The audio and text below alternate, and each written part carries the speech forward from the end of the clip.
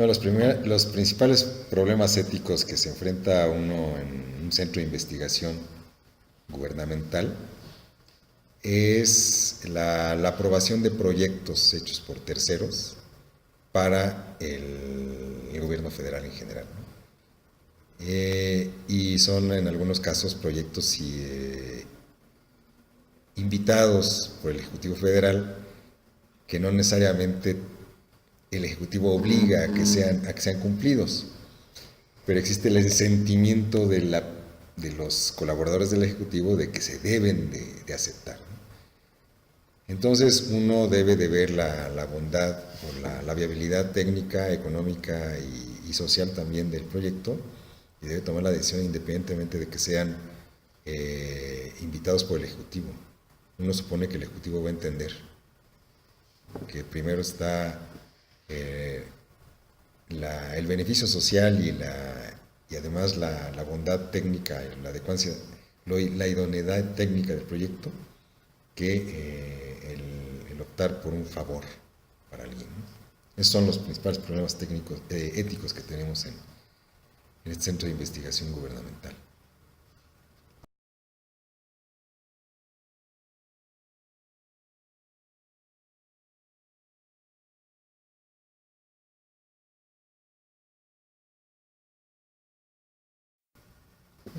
Bueno, el más reciente de los problemas éticos que se me ha presentado junto con los colaboradores que trabajan conmigo es la evaluación y aceptación, esto sí, aceptación de un producto para el Estado que se denomina Atlas Estatal de Riesgo. Ese es el problema. Ok, ¿y por qué lo considera un problema ético, un dilema ético y no de algún otro carácter como económico administrativo? Bien, es una combinación, pero principalmente ético. Estos productos eh, elaborados para un Estado, en este caso es se hacen con presupuesto federal, entonces el presupuesto federal ya está comprometido desde hace 2 años, eso no va a cambiar, y ya se tiene que hacer el producto, se tiene que usar el presupuesto, son cerca de 90 millones de pesos, y entonces se entrega una propuesta de producto que es definitivamente no adecuado y con un costo excesivo. O sea, es un producto que no va de la mano con esos 90 millones de pesos que están queriendo cobrar. Técnicamente es inadecuado en algunos rubros, pero tenemos la obligación eh, económica financiera desde el punto de vista del gobierno federal de ejercerlo, ¿no? Y la contraparte no tiene la capacidad técnica para poder hacer un buen producto. Entonces estamos en ese conflicto de que ellos van a cobrar esos 90 millones y finalmente nosotros vamos a tener que colaborar con ellos o hacerles el trabajo para que el dinero se use y el producto sea bueno.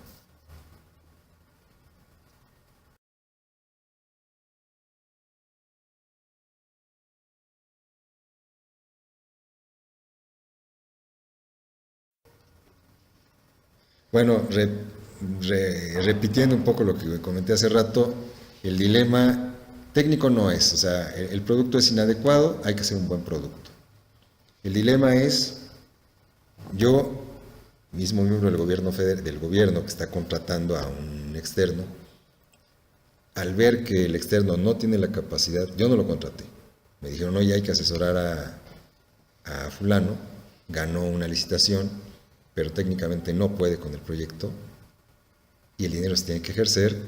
Entonces se acordó que poco a poco se llevara de la mano al que ganó el proyecto, al que estaba el ejecutante del proyecto, y que llegara a buen término el producto que se tenía que entregar al Estado, ¿no? Una buena parte de los criterios de análisis los tuvimos que plantear y una buena parte tuvimos que desarrollar nosotros mismos.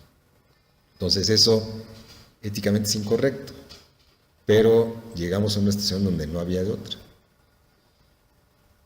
donde hicimos el trabajo a otra persona y sin haber sancionado a la persona, ¿no? Porque realmente debe haber sido sancionado, se le debe haber quitado el proyecto y cedido a otro que sí pudiera. Desafortunadamente también revisamos las posibilidades de los que podrían optar por ejecutar ese proyecto, que es un Atlas, y no había quien pudiera con él en los tiempos que estaban pidiendo.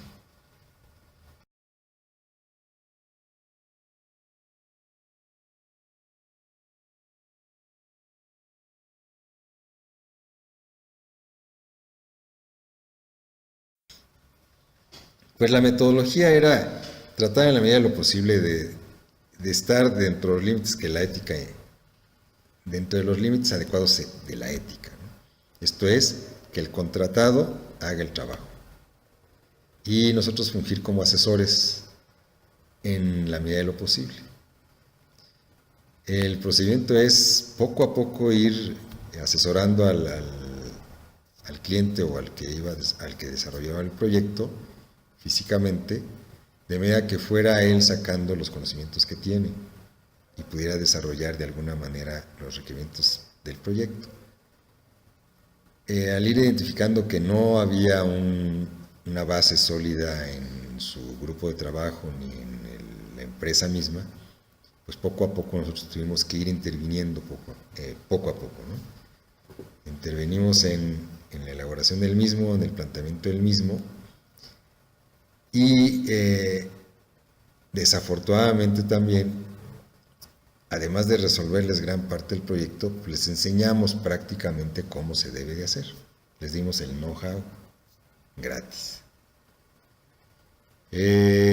Eso, desde el punto de vista de los otros posibles concursantes para desarrollar un atlas de riesgo, pues no es muy favorable, porque a los demás no les hemos dado esa, digamos, esa instrucción gratuita, ¿no? Entonces, si fuéramos equitativos y éticos, equitativos sobre todo, ya no solo éticos, no lo fuimos, rigurosamente hablando, pero si fuéramos equitativos, tendríamos que reunir a todas las empresas que estén interesadas en desarrollar Atlas y darles un curso gratuito.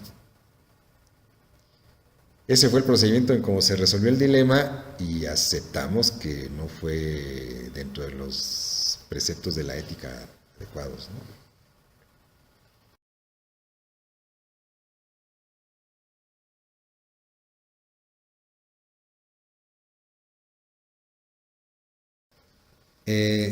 Probablemente en todos los sentidos, excepto en los interpersonales, sí, la forma de resolverlo desde el punto de vista de la ética es el mismo. En el caso del interpersonal, ese es yo, Oscar López, sí tiendo a aceptar ciertas deformaciones de la ética. Veo cuáles serían los porqués o los motivos que orillaron a una persona a violentar ciertos lineamientos de la ética dentro de la institución, o de la honorabilidad o honestidad dentro de la institución.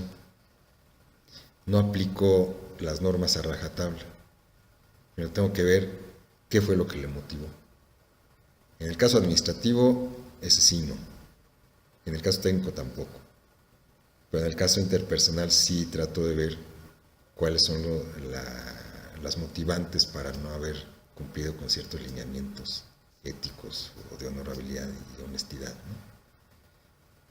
Y trato de sopesar, de equilibrar todos los aspectos, incluyendo el ético, pero sí debo aceptar que gana más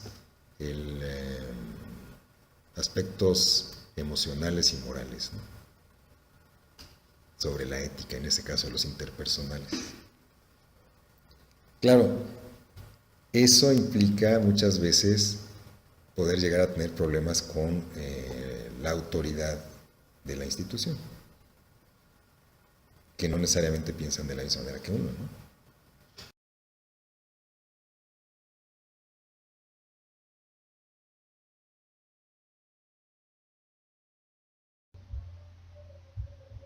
Primero que nada, me gustaría agradecerle al Dr. López Batis por su apoyo en esta entrevista y agradecerle su tiempo invertido en ella.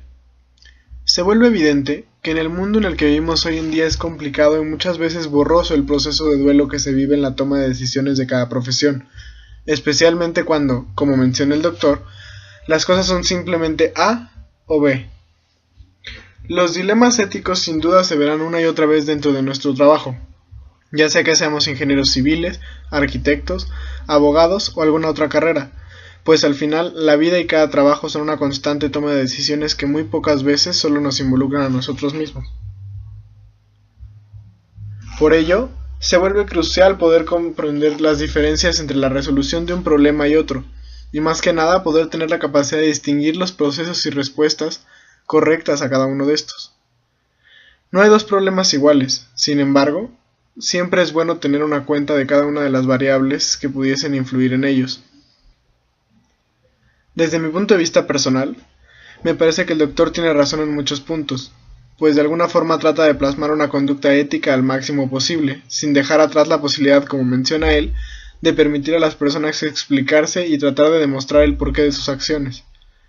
Así las cuestiones éticas se pueden ver como ambiguas, o incluso guiadas a la perspectiva moral de cada persona. Me parece que una empresa como la Senapred posee las cualidades necesarias para demostrar un criterio ético ante sus actos. Como dijo el Dr. López Batis, muchas acciones no tienen una salida correcta, pues sin importar la elección que hagamos, alguien puede salir perjudicado.